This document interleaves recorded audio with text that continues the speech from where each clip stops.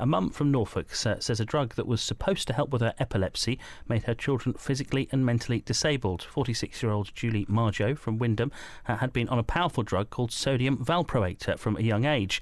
But valproate is now estimated to have left 20,000 children in the UK with physical and mental disabilities, including 3 of Julie's. There's a call for a public inquiry to be held into the warnings given to women about taking the drugs which can affect children in the womb.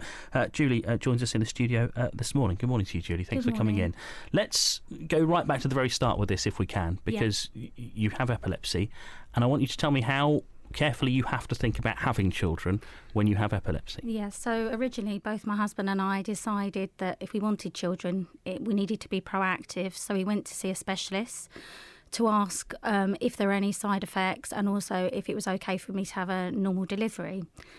We went in and the only things that he said would be a cleft palate, which was repairable by surgery, and also Down syndrome, which is something that they could test for.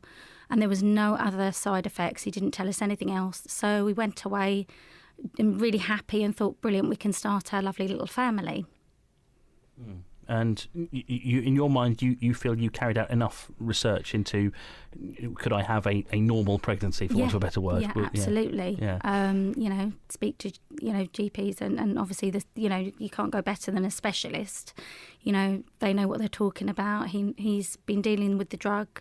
So therefore, you trust them. Well, in a way, I wished I hadn't trusted them because unfortunately, like many other people out there, my poor children have paid the price. So that's how this all started. Let's move on to where you are now. Tell me about your children and some of the issues they've had. Yeah, so I've got a 21-year-old, an 18-year-old, an 11-year-old and a 7-year-old. Unfortunately, only one of my children is healthy. We've had so many health issues with them. The first one started off with, at the age of 1, just with epilepsy. So I thought, well, that's fine. That's hereditary. That's just one of those things. And then the second child, he was okay. He was healthy. So didn't think there's any more problems. A few years later, we had the third child. He had a hole in the heart, but they said to us that's a common thing. Lots of children are born with a hole in the heart. It may close on its own or it may come to having surgery. So again, we thought, well, that's fine. We're just a bit unlucky. We then had the last child, and at that point, when she was born, straight away, they said, oh, she's got a cleft palate. We're like, okay. They then send a team straight round on that day. You see a specialist nurse, and then they book you in for appointments to see the surgeon. I then went to see the surgeon with my husband later on, a few months later, and he looked at her and he said, oh, she's got sodium valproate syndrome. And I looked at my husband. I know that sodium valproate is the name of my drug. And I was like, well, I don't know. We've never heard of this. Nobody's ever told us. So that's on the 4th child. And that was the first time you'd heard that those words put together, sodium valproate syndrome. Yeah. Between having all of those children within that expanse of time and seeing all the healthcare professionals, paediatricians after they're born, midwives, specialists, just GPs, health visitors, not one person, and surely they'd seen my notes, not one person had mentioned sodium valproate syndrome to me. So I was really shocked when he mentioned it, and straight away we were like, right, okay, what does this mean? It must have really hit you. It must have come as a total shock that this condition existed. Yeah. You and your children were somebody who could quite easily have been affected by it, and yet you didn't know about it. Yeah. Just felt totally numb, and I couldn't understand when we'd been really responsible, parents. We'd gone to the specialist beforehand, before we'd even thought about having children, and said, could there be any potential problems? And I just feel, did he not know? Surely he must have known, because we then did research ourselves afterwards. There was an A4 sheet dating back as far as before we had our eldest, and it had all of the side effects on it, there's a massive long list of them. Some of which, my children alone suffer from massive side effects. And I know we're not alone. Like I said, the number of babies out there is just huge, and this will be bigger than thalidomide. Yeah, that's a health scandal. Did you feel you've been the victim of another one? Yeah, I really do. You know, they said out there in the press once it all came out that we must make sure that thalidomide never happens again. But I think, well, it is happening again. It has happened. There's been many parents that have lobbied Parliament. Emma Freedman has been amazing to try and get changes onto the packaging, which happened about a year ago. But that's fine, but that's not enough. We need to make sure. I would like to go to visit Theresa May and the Health Minister just to say, look, we need to be proactive and make sure this doesn't happen to any more mothers out there to be. Because it's, the NHS is stretched enough as it is, as the schooling system. There's only a few special schools out there, and also lots of our children are going into mainstream, so it's difficult for them to cope with our children because they haven't necessarily got the specialist care or the provision.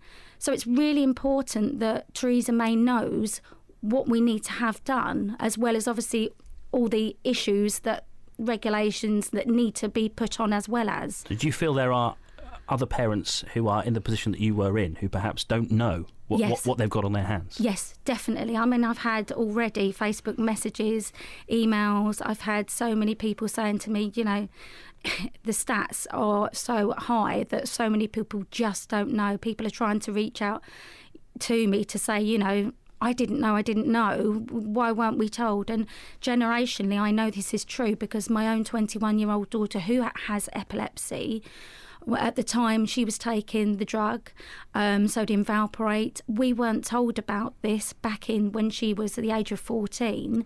So when we found out about it, we straight away went to the children's unit which she was under and said we want her off of that medication.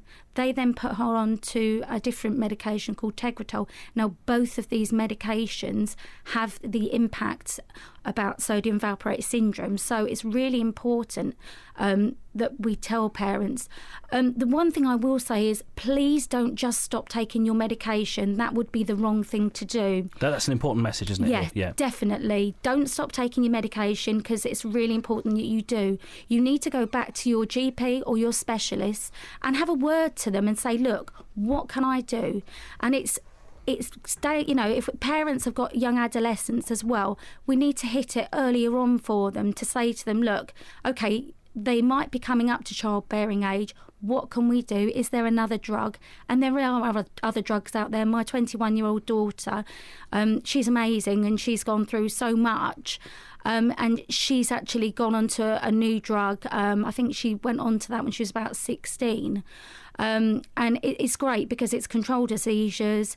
We have the odd blip, but at least we know this was going to be a safer medication for when she chooses to have children herself. You've clearly been through an awful lot with your children, and you mentioned it there. I just wonder if we go back all those years to when you first went to see the specialist, if that specialist had said, we believe these are the possible side effects, would you have made a different decision? Yes, definitely. Yeah. I mean, I love my children. They're all amazing. They're magic and they bring special things to me every day.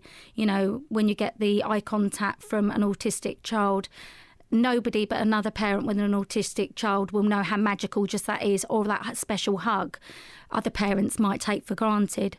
But in hindsight, have we been given that choice? Had we known? Would I have had 4 children? No. People might say, why did you have 4 children? It was because we did not know. We weren't given that choice, and we're not alone. I know a 33-year-old mother that lives also in Norfolk. She's got a 6-year-old daughter, and she was given the same drug, and she didn't know about sodium valproate herself. The child was then diagnosed at the age of 2. By that point, she was heavily pregnant. She didn't have a choice either. And, our stories aren't, standalone stories. This is so common. And, people need to be aware that, you need to do the research, you need to go to the specialists and ask for more information, because we deserve the right to know all the facts.